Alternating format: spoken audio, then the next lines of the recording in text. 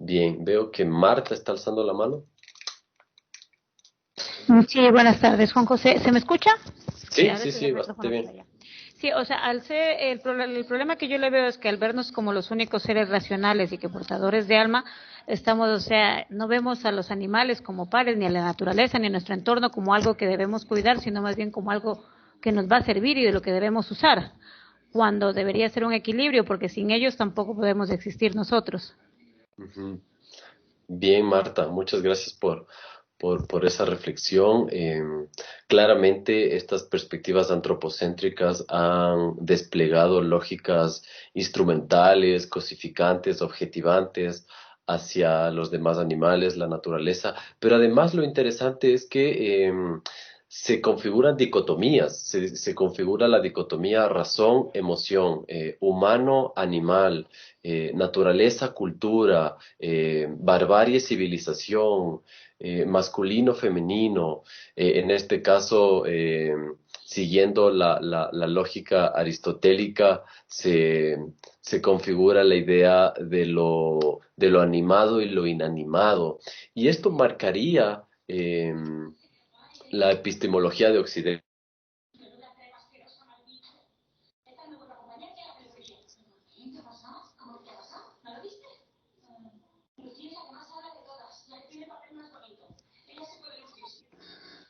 Y se Por marchó. encima de la emoción, el cuerpo, eh, y por tanto lo barbárico, lo instintivo.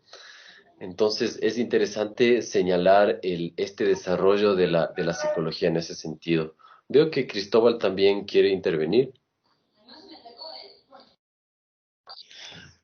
De la escritura antropológica que usted acaba de decir, bueno, de esta parte que decimos superioridad, hay este extremo que pudiera decir, se dice que si el humano no existiera, hubiera una perfección en la naturaleza. Pero creo que ningún extremo, o sea, debemos existir como tal y debemos buscar un equilibrio. Sino es que sí hay esto de los defensores de los animales como tal y buscando esta de no superioridad y ver que somos como en esta proclamación de que existe alma también en los animales no humanos. Entonces, se diría que estamos en una igualdad y todos somos un conjunto de un todo y se debe buscar un respeto, pero tampoco podemos decir que si no existiera el humano, pudiera vivir toda la naturaleza como Charles Darwin en la parte de la evolución se ve, ¿no? Que no hay humanos, pero ha habido un equilibrio normal ahí, ¿no? En las Islas Galápagos. Bien, bien, gracias por señalar esta crítica importante a lo que se conoce como misantropía, que sería la negación o la apuesta política por el aniquilamiento de lo humano, eh, entendido quizás humano no como, como ser, sino como el proyecto civilizatorio que supone la humanidad, así como lo he descrito, es decir, como estas lógicas jerárquicas de superioridad, eh, que, como comentaba Marta, eh, tiene como resultado una dislocación, por un lado, de nuestra propia animalidad, es decir, esta concepción del logos, de la razón, de alguna manera nos distancia de la naturaleza. Y por otro lado, tiene como resultado también la crisis ecológica actual, por ejemplo, ¿no? Entonces es importante también lo que señala Cristóbal a propósito de la misantropía. Veo que Carlos también tiene otra pregunta u otra intervención. Yo, Carlos Raza. Sí, sí, sí. Ya. Buenas tardes, Juan José. Sí, tengo más bien dudas, porque de acuerdo a lo que en el foro yo pude encontrar, bueno, los animales prácticamente son otros seres sintientes igual a nosotros, ¿no? Eso prácticamente concluiría en que prácticamente tienen, por decir así decirlo, nuestros mismos derechos, ¿no? De hecho, en Argentina ya es penalizado con mucho rigor si tú maltratas a un animal. Al tema era que el alma en sí, eh, ¿cómo nosotros sabemos que realmente tenemos alma? Y yo de lo que más o menos he podido así investigar, según Streisman, dice que se encuentra en la glándula pineal o ahí es el inicio del alma. Realmente no entiendo muy bien por qué él dice eso, pero estuve igual consultando un poco más. Hay un señor, no recuerdo el nombre, un científico que decía, ¿cómo comprobamos nosotros el alma? Nosotros podríamos traducirlo en que hay cosas que no se pueden explicar, es decir, todo se explica, todo el mundo físico se explica mediante las leyes fundamentales de la física, que son la electromagnética, la nuclear fuerte, la débil y la de gravedad. Pero, ¿cómo explicas toda una poesía? Entonces él decía, tengo derecho a creer que hay algo extra, que no responde a las leyes fundamentales de la física. Entonces, yo más o menos por ahí le veo el alma, ¿no? Y Ajá. lo que yo quisiera comparar es, o decir, ¿los animales también tienen alma? ¿O qué es el alma? Porque no me queda, realmente tengo muchas confusiones en esto, no sé si me puedes ayudar. Chévere, gracias, gracias Carlos, valoro un montón sus preguntas, entonces gracias, me entusiasma también. Bueno, diría que gran parte de la filosofía se ha caracterizado por ser especulativa. Esto quiere decir que depende de en qué lugar epistemológico, desde qué lugar ontológico te estés parando. Entonces, por ejemplo, ontologías animistas, siguiendo a De Escola, como las de nuestros ancestros, de los pueblos indígenas ancestrales, van a plantear una concepción ontológica animista. Esto quiere decir que el mundo, incluyendo los demás animales, los animales humanos como nosotros, pero no solo los animales humanos y no humanos, sino también las plantas, los elementales, las montañas, tienen un espíritu versus posturas más bien occidentales que se inscriben en una concepción monista y materialista de la realidad que vamos a revisar en poco tiempo, eh, negarían el entendimiento del alma o posturas que reconocen el alma pero en términos antropocéntricos, como sería el, el, la tendencia general, diría, del antropocentrismo judeocristiano, que se basa en los postulados de Platón, en donde se plantea que lo humano es aquel que tiene esta característica de alma y los demás animales no. Ahora, al respecto de eso es interesante, por ejemplo, los trabajos de San Francisco de Asís, el último claudato del Papa Francisco a propósito del cuidado de la casa común, que plantea ya perspectivas ecologistas y animalistas desde postulados de la teología cristiana y de la pastoral cristiana. Pero como ves, las posturas en cuanto a lo filosófico, son especulativas, es decir, cada autor, cada tradición y cada escuela ha planteado elementos diferentes. Ahora, si quieres, volviendo al trabajo que revisamos respecto a la Declaración de Conciencia de Cambridge, la neuropsicología y la etnología cognitiva plantea con rigor científico que los demás animales, en especial mamíferos, aves, eh,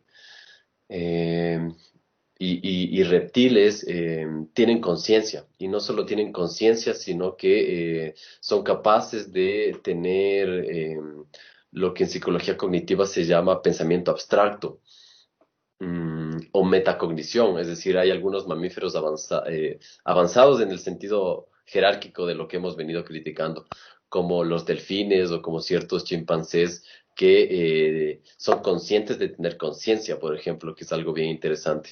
Entonces, todos estos estudios de la etología cognitiva, la neuropsicología, eh, permiten criticar justamente el supremacismo humanista, es decir, la idea de que lo humano está por encima de los demás animales. Y por otro lado, la filosofía ética ha cuestionado estos mismos postulados de discriminación, planteando que si la razón sería el motivo principal vinculado a la idea del alma que estamos viendo acá, que nos coloca por encima de los demás vivientes. ¿Qué pasa con con los humanos que tienen capacidades diferentes o déficit cognitivos, si se quiere?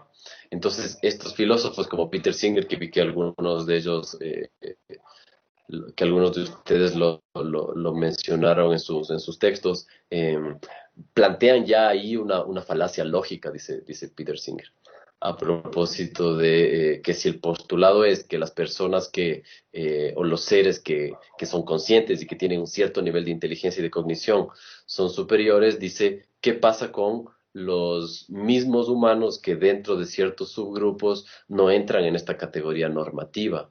Eh, pero ese sería un tema más para discutirlo en términos de la filosofía ética.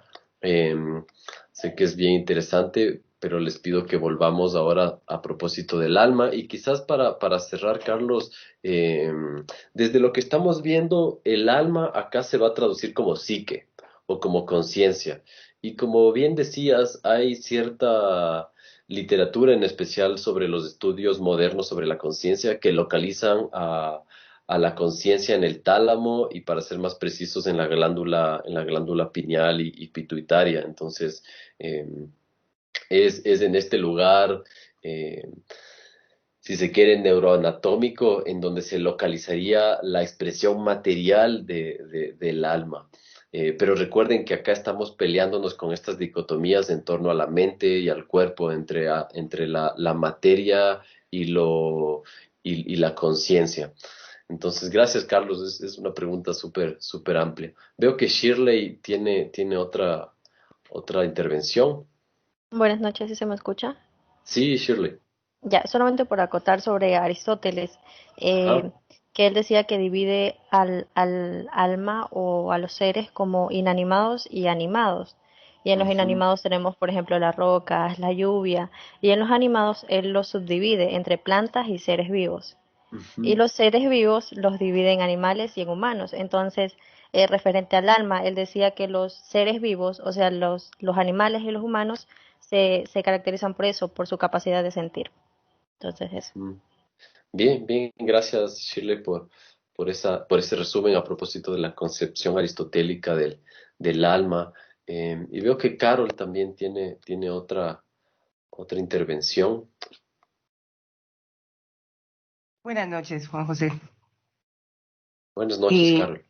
no sé si sea prudente todavía porque yo quería intervenir sobre el antropocentrismo, algo Sí, muy, sí, muy sí, claro. cortito es. Gracias. Nada, simplemente lo que yo quería decir es que en mi opinión respecto a lo que leí para poder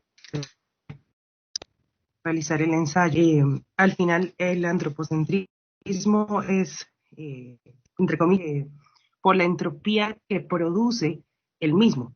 Quiero decir, como no existe un equilibrio de las funciones de los seres humanos en el medio en el que habitan, entonces se produce esta entropía de la que hablaba antes y eso hace que este desequilibrio se produzca y entonces lo que decían mis compañeros anteriormente, hay como ese desnivel entre animales humanos y no humanos.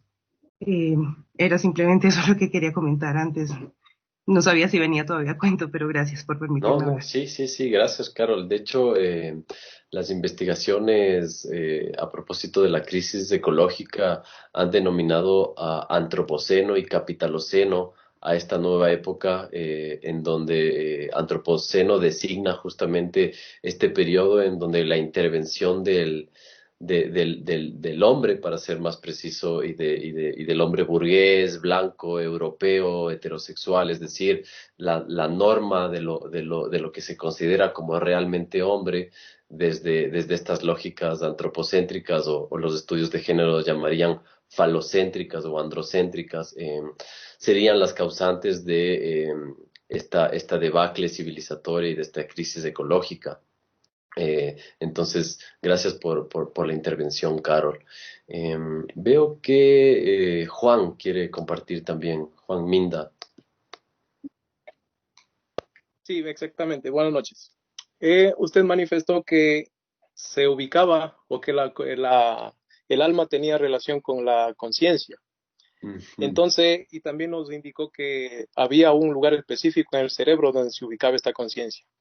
Entonces ahí esto tal vez fortalecería más las investigaciones realizadas por Duncan, en donde manifestó que inclusive el alma le asignó un peso de 21 gramos. ¿Cómo lo hacía?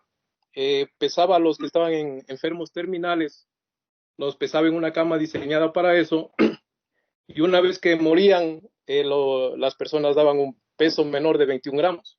Entonces, qué sé yo, tal vez esa idea o la ubicación de la conciencia fortalecería la idea de que existe el alma. No sé si me ayuda. Sí, sí, sí, chévere. Gracias, Juan, por compartir ese experimento que recuerdo. Es interesante. Hay una rama de la psicología moderna que se conoce como estudios modernos sobre la conciencia que les invito a que puedan revisar. De todos modos, esto vamos a verlo en la última unidad, pero es un tema súper amplio. Y quizás lo más importante a propósito de este apartado sobre la filosofía griega y romana es que la concepción del alma en estos términos supone cierta separación o configuración de la realidad, que es lo que vamos a ver luego con el dualismo y las otras vertientes del monismo materialista, que son las que luego criticará Grof en el capítulo que tienen que leer hasta el lunes 4. Entonces, vamos a seguir con el texto y les invito a que pasemos ahora bueno, luego de Sócrates, Platón y Aristóteles, viene la filosofía helénica. Y dentro de ella se encontraría a los cínicos, a los escépticos, a Epicuro y a los estoicos. Bien, lo interesante de estas filosofías, como la idea de Diógenes del perro, no sé si recuerdan este relato, y la respuesta que le da a Alejandro Magno cuando Alejandro Magno se acerca hacia él. ¿Alguien tiene fresquito esto que es de filosofía de sexto curso?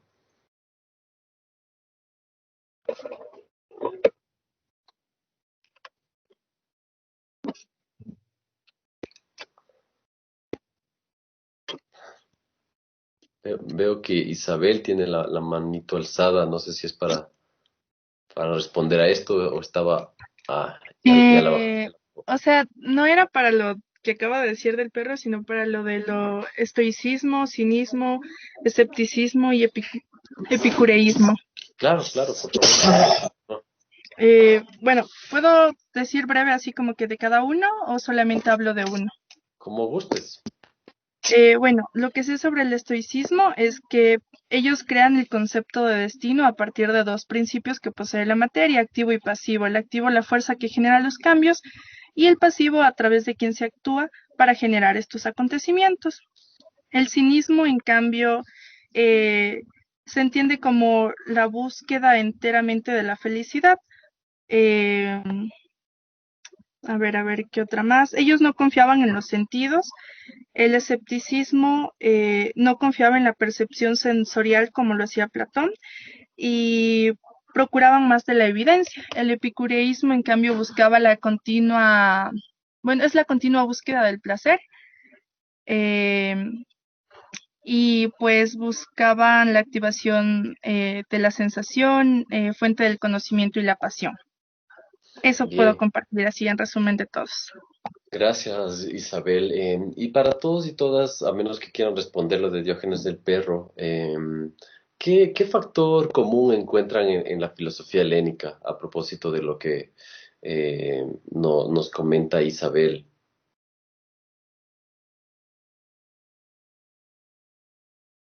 Dicen, ¿puedo contar algo? Claro, por favor, Voy a Vicente. responder la pregunta. disculpen si me equivoco, pero creo que se basa en el yo y en el cómo conseguir el bienestar de uno. Ujú, ujú. Sí, sí, sí. ¿Quieres desarrollar más o así lo quieres dejar? Está muy bien. Continúe otro compañero. Bien, bien, gracias Jesús. Y recuerden, en este espacio, así como en el espacio terapéutico, no hay bueno o malo, estamos acá para aprender, entonces más bien anímense nomás a participar.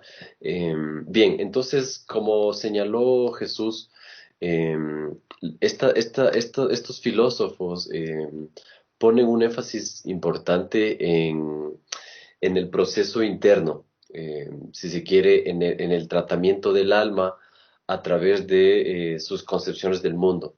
Entonces, por ejemplo, los estoicos o lo que se conoce en el sentido común como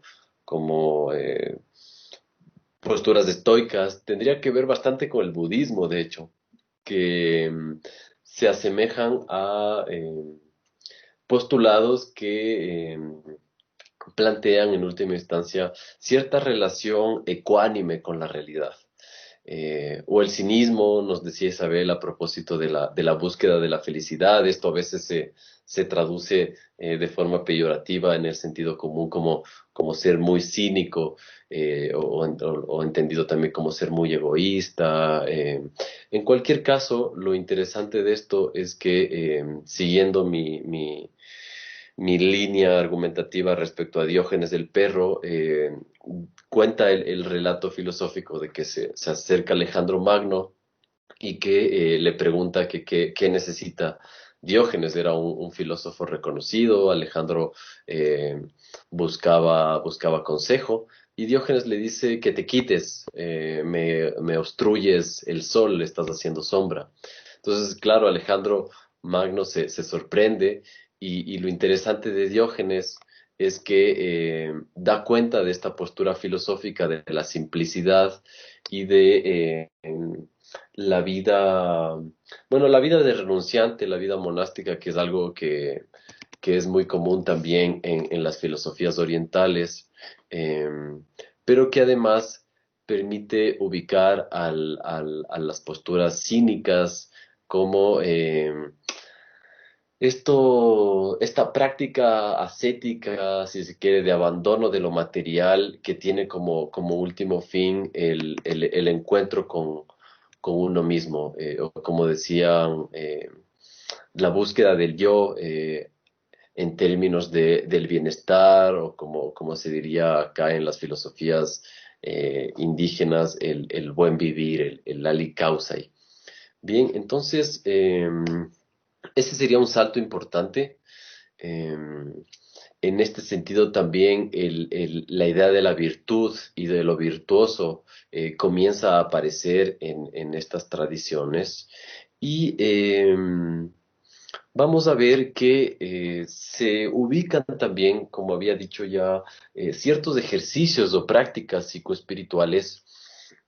Hablaba de Foucault y de este texto que es muy cortito, se llama Hermenéutica del sujeto, en donde de hecho critica la configuración contemporánea de la confesión cristiana. Dice Foucault que los cristianos primitivos hacían un examen de conciencia para sí mismos y no necesariamente para, en este caso, el cura y la idea de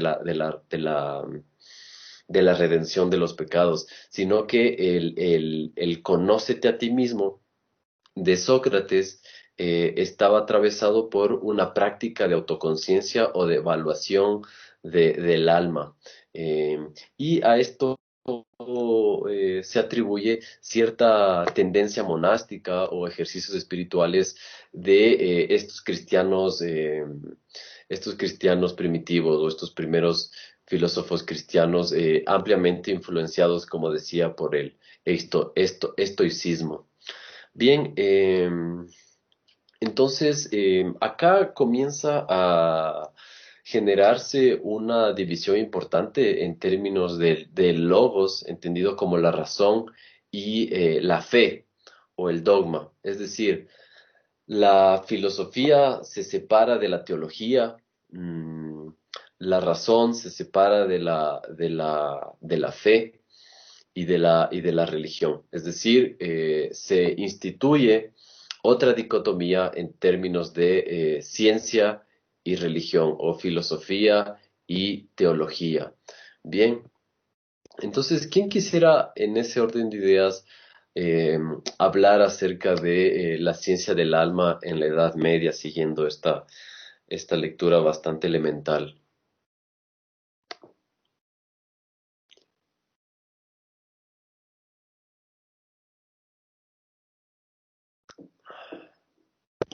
La definición, profe.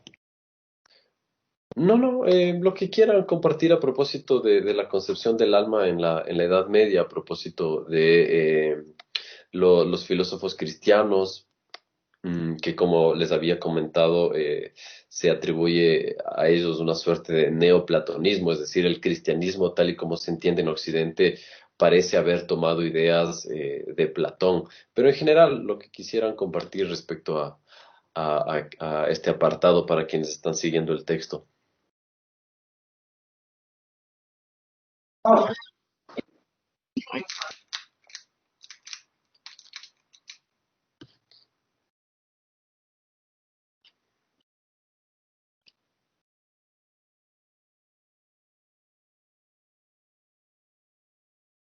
Los compañeros están esperando que usted les autorice a hablar. Ah, pero no veo, a ver. Ah, bien. Estaba bajado mi lista de estudiantes. Gracias, Cristóbal. Entonces veo que Brian quiere intervenir. Sí, profe. Claro, Brian. En base a la ciencia del alma en la Edad Media, se dice que en los siglos 5 y 11 la filosofía platónica dominaría el pensamiento